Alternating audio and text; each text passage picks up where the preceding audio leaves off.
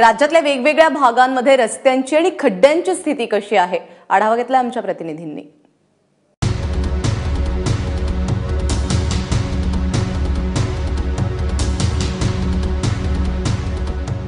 अहमदनगरमध्ये रस्त्यांची अक्षरशः जाळण झालेली आहे। खड्ड्यात रस्ते, रस्त्यात खड्डे असा प्रश्न पडलेला आहे।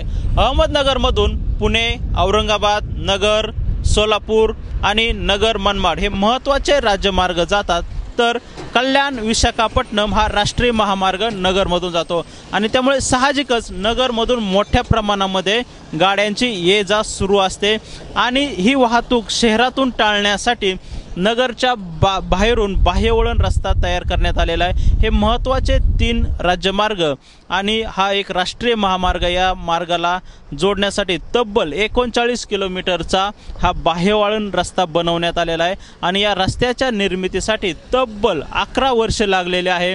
मात्र हा रस्ता एकाच वर्षामध्ये पूर्ण उद्ध्वस्त झालेला आहे। गाडी बळच खड्ड्यातून हुकून घ्यावं लागते बाजूला, या करबी रस्त्याला म्हणजे गाडी पडायची शक्यता आहे रस्त्याने। तो रोड खूप खराब आहे, तर आम्हाला जायला खूप त्रास होतोय आणि काही कळत पण नाही म्हणजे की कुठून रस्ता आहे काय।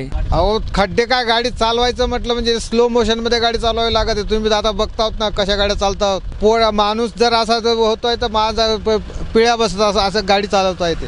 हा रस्ता असून अडचण नसून खोळंबा झालेला आहे आणि त्यामुळे हा करोडोंचा पैसा नेमका कोणाच्या खिशात गेला, कोणाच्या घशात गेला हे पाहणं महत्त्वाचं ठरेल। पांडुरंग रायकर, एबीपी माझा, अहमदनगर।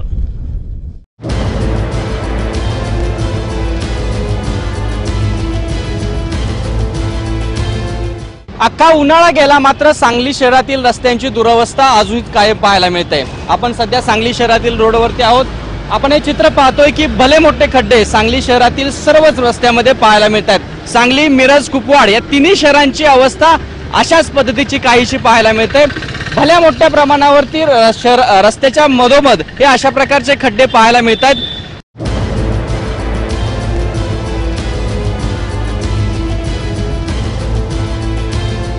आता शहरात काय सगळे डबरं आहेतच की, प्रत्येक रस्त्याला डबरं आहे। महापालिकेची ही अवस्था आहे। तुम्ही कुठल्या जरी रस्त्याला जाऊन बघितली साहेब तर हेच तुम्हाला दिसणार आहे, याच्या व्यतिरिक्त तुम्हाला कुठलंही चित्र नाही।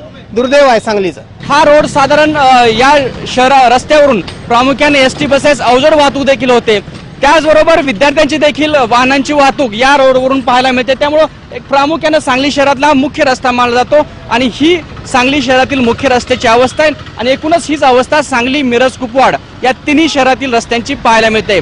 त्यामुळे उन्हाळा गेला, पावसाळा देखील या ठिकाणी चालू आहे, मात्र सांगली शहरातील रस्ते सुधारले नसल्याचे चित्र आजही पाहायला मिळत आहे। कॅमेरामॅन राकेश सोबत कुलदीप माने, एबीपी माझा, सांगली।